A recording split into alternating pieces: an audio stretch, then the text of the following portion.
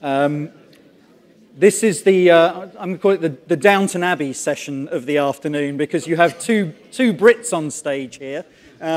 This is Lord Grantham, and I'm Carson the butler. In fact, as you will soon work out, that is absolutely true. So you heard a little bit in our previous session about the real estate market and some of the digital transformation that's been going on there.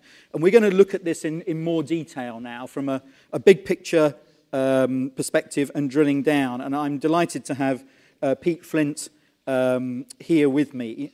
And I'm going to let Pete talk to you just a little bit at the beginning about the story of Trulia, how you came to come up with the idea, the history of the company, and where it is today.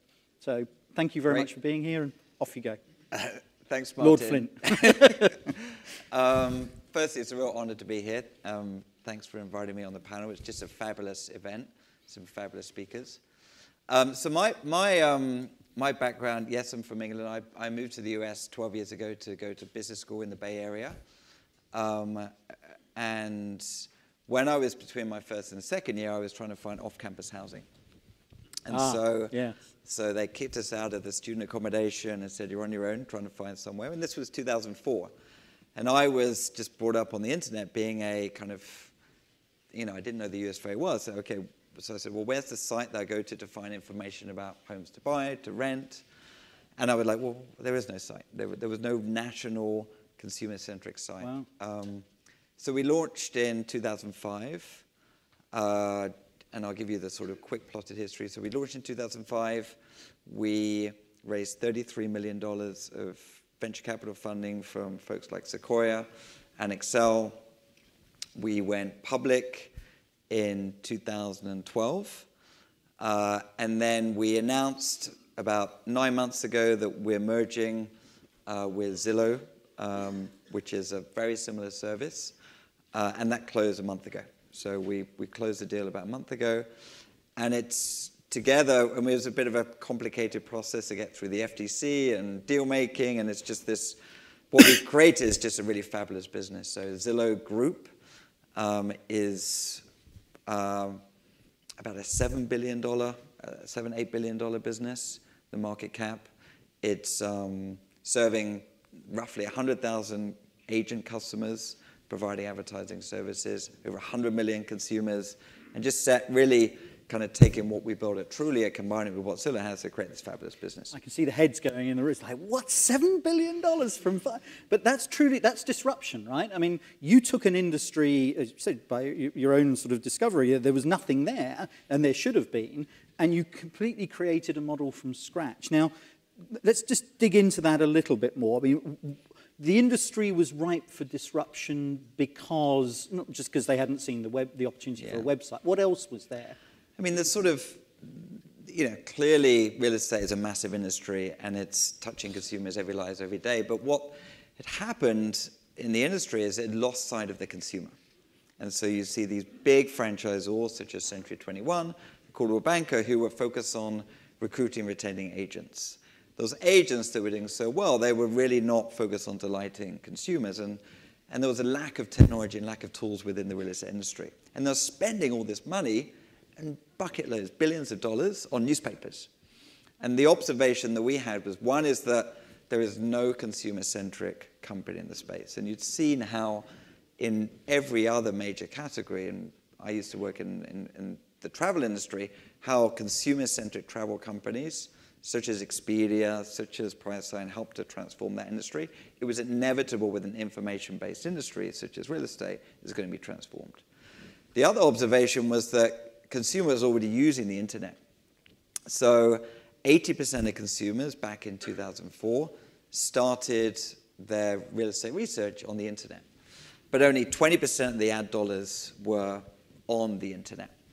And you're sort of like, okay, when you think of this, when this normalizes out, it's going to be, one would expect 80% of the ad dollars on the internet, where 80+% of the eyeballs are. So we just saw this as inevitable, and so we didn't know exactly how it was going to work out, but we knew this was just an amazing industry to play in that was ripe for disruption, and we were kind of good students, I suppose, and studying the industry and looking through it. And I guess one of the, the sort of the more interesting pieces of the story is that we did all this within the real estate downturn. So we launched in 2005, right. which was the peak of the housing market. Right. And then it went sort of slowly down. So the housing market collapsed, and that precipitated the financial market collapse. And kind of think, well, that's awful. That's awful. But in retrospect, it was an incredible gift. And it certainly didn't feel like that at the time. It was when customers are going business and there's limited money. But we really felt that our customers, which are really agents and brokers, were very open to new ideas. Right. In a way that back in 2005, I remember going to an agent, and I said, you should take all your money and all your marketing money and spend it on the internet. And they would say, my transactions went up 10% last year. Spending all this money offline is like, what you're asking me to change in 100% what I'm doing? That's absolutely. And they kicked me out the house. They kicked me out the office because I was pushing them to do things on the internet.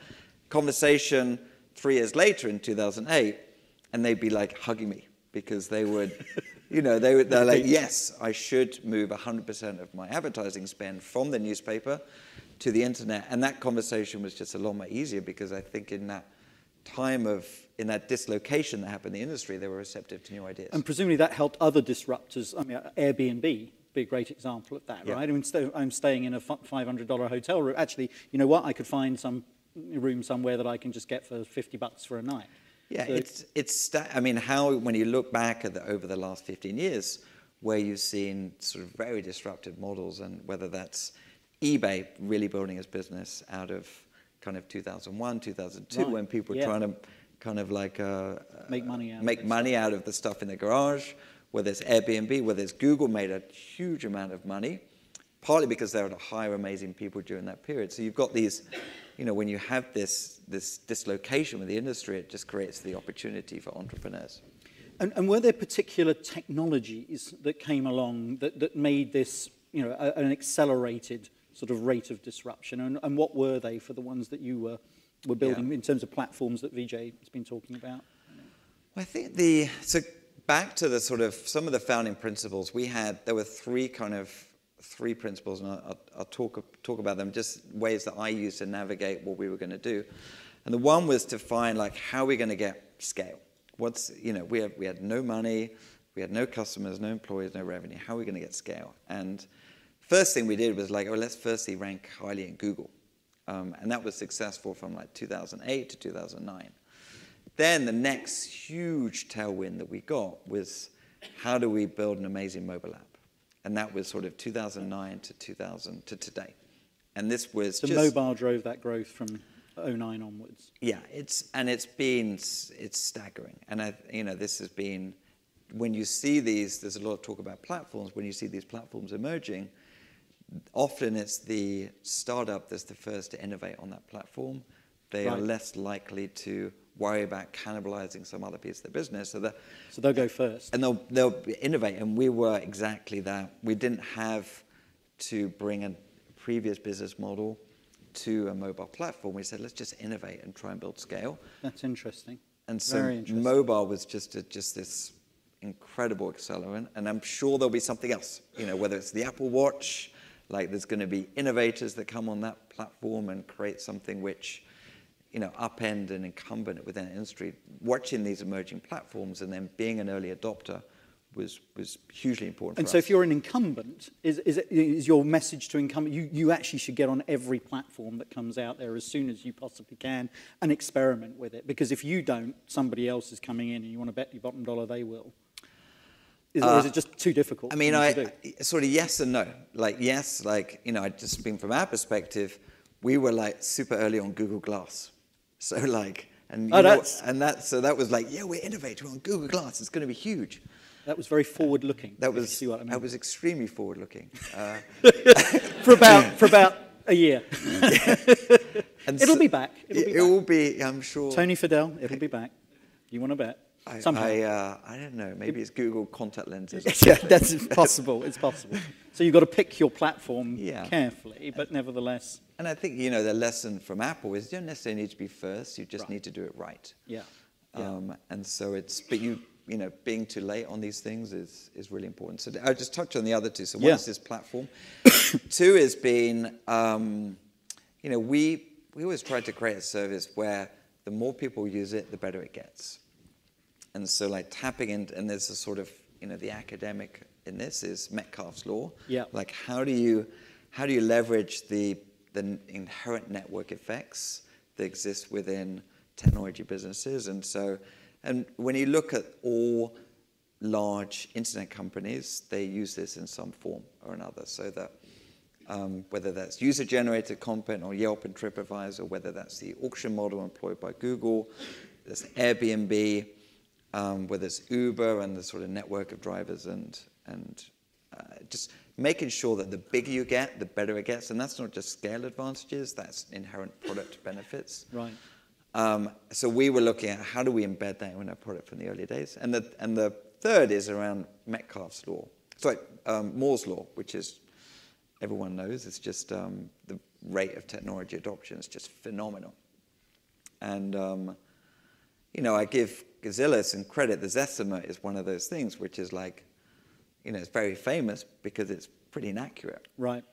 But you kind of like, you follow it out, and you know, it's been about 10 years since that launched, and you follow it out 20, 30 years, and like, it might be doable.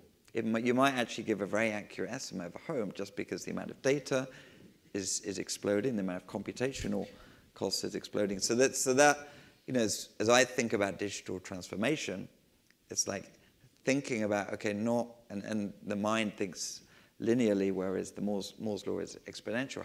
What is this going to look like in 5 years' time? Because it will blow your mind, like what is going to happen if the trends continue, what's going to be possible in 5 years' time. And you mentioned earlier on that you know, a lot of that money was in newspapers before it came over to Trulia, and I was obviously in the newspaper industry until 3 weeks ago. So thanks a bunch for that. This interview is over, but no. My question is there anything that incumbents can do? I mean, an interesting situation I have recently. I'm trying to sell my apartment in London at the moment. And I went to see an estate agent, as we call them over there, and said, you know, could you sell this for me? And they said, yes, great. But there are two big online property services. There's Rightmove.com, or property websites and apps. Yeah. Rightmove.com and Zoopla, as you know. And the agent said to me, well, yeah, we won't let you go on Zoopla. We won't be on Zoopla. I said, well, why not? He said, well, because we're all banding together to launch our own platform. And this is our way of keeping the digital industry. Well, they didn't say that, but the implication is we are going to use our power because we've seen what Trulia and Zillow did in the US, and we're not going to let that happen here. Can industry get together? I mean, can companies sort of work together to try and do that? Or is that a good thing or a bad thing? I mean, it's very hard to point to success stories. Like, I can't think of any on the top of my, top of my head. It's, you know, and it's like, it's deer in headlights. You see these incumbents are looking at this and like, what am I going to do? Because, you know, the startup, and it achieves a certain critical mass, and like, well, how do I react? And I think there's probably, you know, there's a couple of different ways that companies react. One is to go head on, let's compete, which is this kind of stupid estate agents in the UK, which are like, okay, let's kind of try and do what they do, recognizing that they have kind of all this baggage and none of the scale and momentum and stock options and everything else to make it successful. Right. And it generally will fail. Two is like, I was listening to the Instacart lady, and it's just like, you've probably got all these grocery companies, like, what is the future of retail? Do I compete or do I partner? And, you know, what they're doing is pretty interesting, like partnering with each other. And, I mean, the obviously fear is, like, is Instacart 10 years' time going to be my friend or my foe? Just like Amazon partnered 10 years ago and then kind of screwed their partners later on by going direct. that's a fear within that environment. It's Investing, like, best thing companies can do is typically to invest in spin-offs, invest in startups, or they can acquire. You saw the, what is it, Hertz acquiring Zipcar. Right. Which is like, It's an interesting, because I mean, Amazon has bought, there have been like several sort of would-be Amazons, and each time it comes along and just buys them up, and it just uses paper, and it's incredible. So that's its model, and obviously Facebook faced, WhatsApp. What did it do? Bought it. So you could try and buy it, but there's a limit to that, and there'll be people, I guess, like Pete Flint, who'll say, actually, you know what? Thanks very much. I actually don't want to be part of your company. I want to build a multi-billion-dollar company of my own. But can you? I mean, I'm thinking, for example. In the payments area, there's a lot of interest in disruptive payments models. So if you're Visa or Visa is a good case because they've taken a stake in Square, right? Is that a route? I mean, if someone had come to you and said, Pete, can I buy a small stake in Zillow and like look at what you're doing and sit on your, would you have said yes or no to that? I think possibly. I think it's... Yes or no? You just said yes? Or? Well, I think possibly. It depends on all the terms and everything else, but I think... I think there's just this partnership, there is partnership between old world and new world. And if it's, if I think a lot of startups realize that they need what the incumbent has.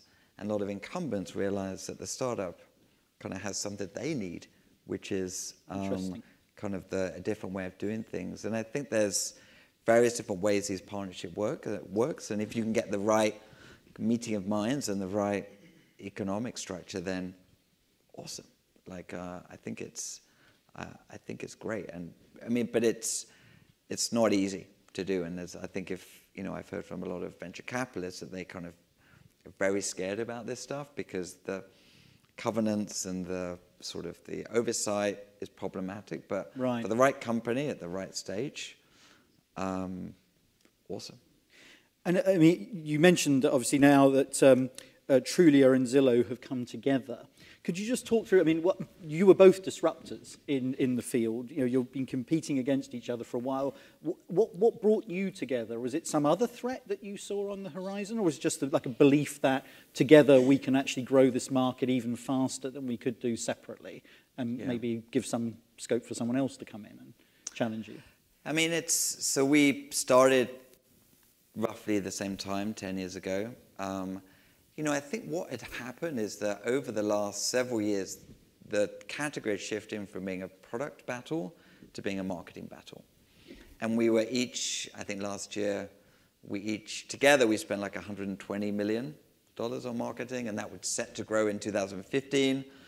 And it was like, we're just, the only real beneficiaries in that world are Google and TV channels and Facebook and all the kind of media channels. Shame about newspapers. You could have added those to the mix. I'd been much happier. Okay, fair enough. So they were the only winners, and like we're like, looking at it, and I think, by coming together, realistically, we can just do so much more than we can together, than we can do separately. Right. And that that helps to quicken the pace of innovation and. Is there much more to come in this, or is this field sort of now innovated out? Oh, I think it's Just the chapter 1, this is chapter 2 coming up. So I think it's there is I think one of the early principles we had was, how do we make real estate suck less? That was like, how do we make real estate suck less? And you look at it, and like today, it still kind of sucks. The American language has some wonderful terminology. I know, they didn't use that in Downtown. That's why I came here, to make it suck less. In fact, I told my real estate agent who said this, I'm not using you, basically, because you're obviously not customer-centric. In my best interest would be to be on both those platforms. Yeah. So I'm supposed to be serving you. Suck less. Okay, ladies and gentlemen. We will suck less for the rest of the afternoon. Any questions for Pete Flint? Microphones up there. Where should we start? Anybody around the back? Don't be bashful. You have one of the world's most successful entrepreneurs. This is one of the gentlemen who is shaking his head in disbelief at billions of dollars, so let's go for it. I apologize to the audience for what I'm about to say, because I've asked the same question to Xavier earlier, but I'd love to get your spin on it. with the ease of, were you here earlier? I was listening listening in the on green the TV. Okay, because I don't want to repeat myself if I didn't have to. But with the ease of homeowners to put their home on Zillow, Trulia, Redfin, all the real estate portals, 40 sites, with just simple for sale by owner, make an offer.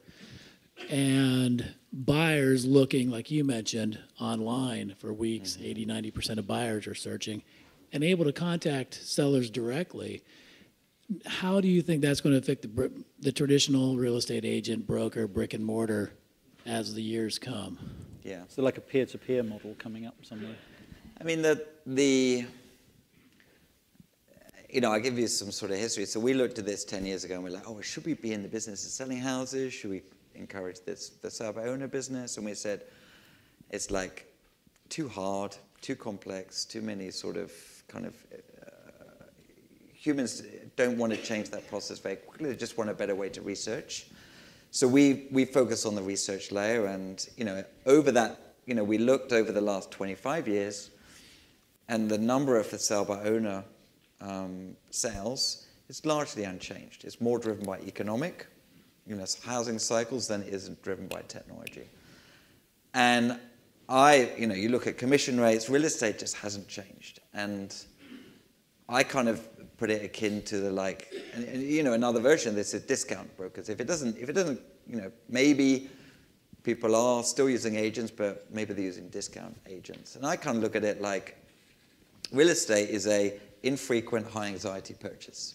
You make it a couple of times in your life, and it's like really stressful. It's a little bit like going to the dentist. So you don't go to the dentist very often to have an operation. It's really, certainly for me, it's very stressful.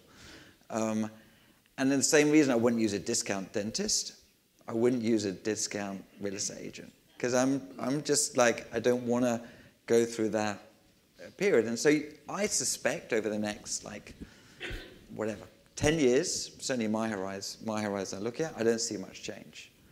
That said, things will change. Because this is, I think you look at this industry and it still sucks for many of the participants. So I don't know when that time horizon is, but I expect some changes over the next generation, let's say. But one thing I've learned in the industry is change is very slow to happen, but ultimately it will happen. And I don't know what that will look like. I'm a little bit bearish on peer-to-peer transactions for real estate, because I ultimately think the marginal cost of an expert is greater than the marginal, ultimately the marginal benefit of using an expert will be greater than the marginal cost of using an expert in these infrequent transactions. But what it looks like, I don't know, and I don't think anyone really knows. And when you look globally, you don't see the same thing as well. Great question.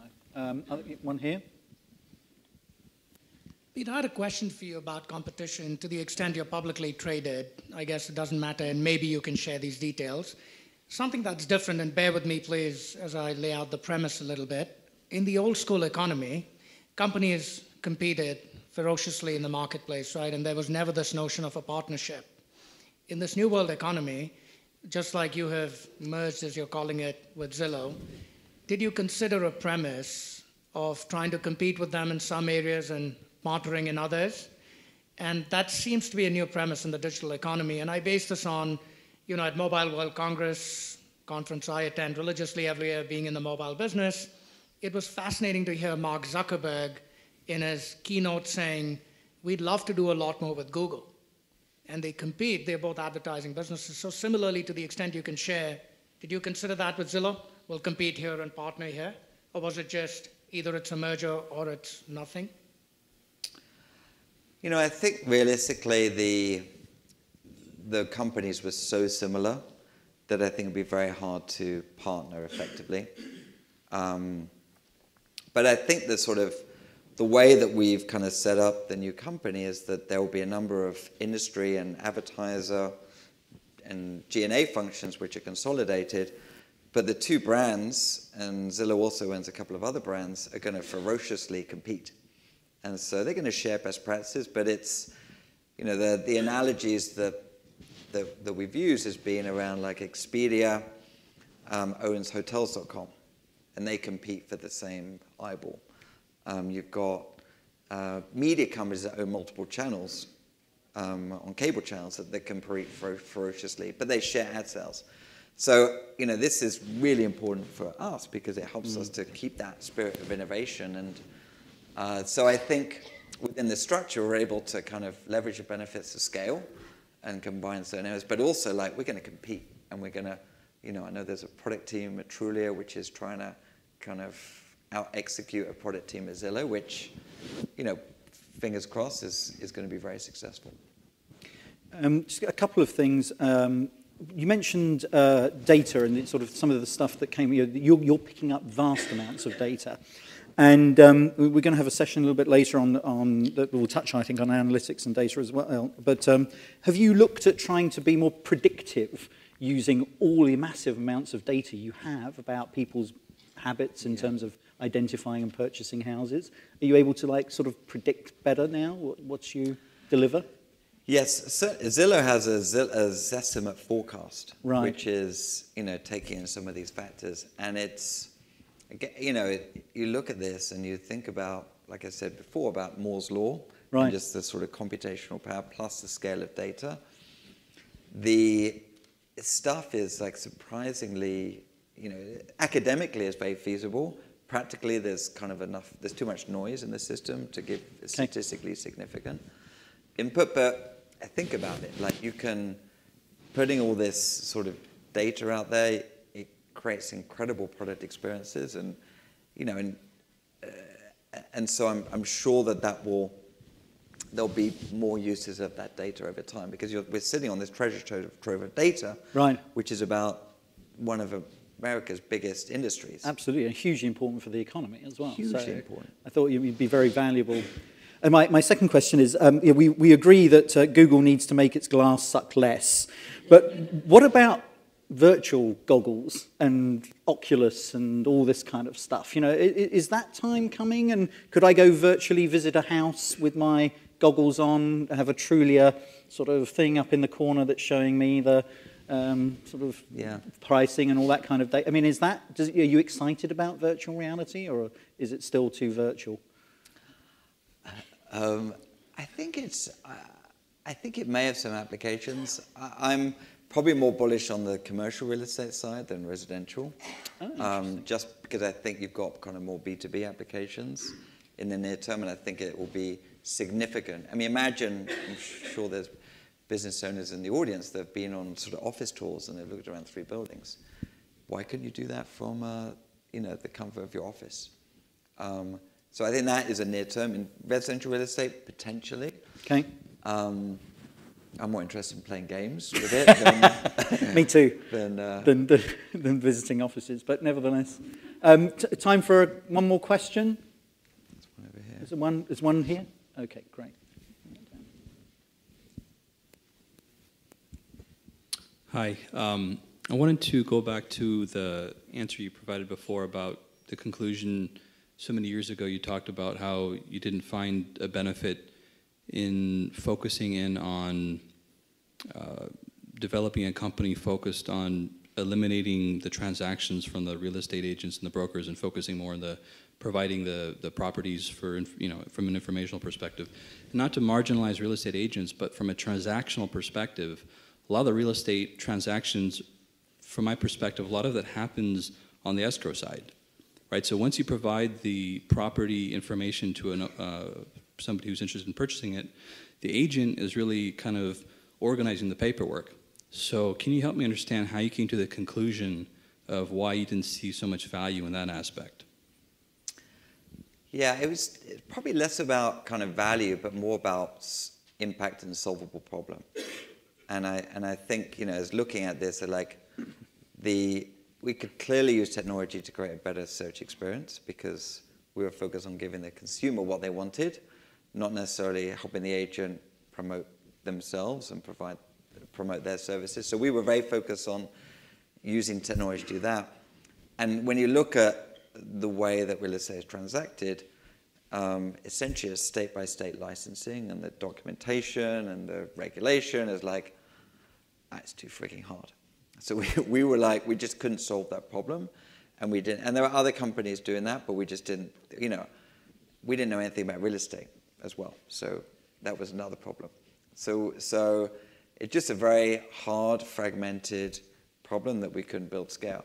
That said, I think, and this was a thinking back 10 years ago, that said, I think one of the very exciting themes going on is companies going, rather than these sort of platform companies, which I think were the kind of norm many years ago, where they're trying to create a horizontal layer within the industry, they're going deep in a vertical, and it might be a hyper niche vertical, and doing end-to-end transactions. I think the sort of theme is full stack startups, where they're providing both an information layer and providing full transactions down to the end, which, and Uber is one of the classic examples of here, that you cut out all the steps in between to give this significant consumer benefit and a benefit to the participants. So I think real estate is a harder transaction to do that in, but there are many other, whether it's dog walking, whether it's babysitting, whether there's a huge amount of innovation in that space. They're creating these end-to-end startups, and that's pretty promising. Great. Ladies and gentlemen, please would you thank Pete Flint.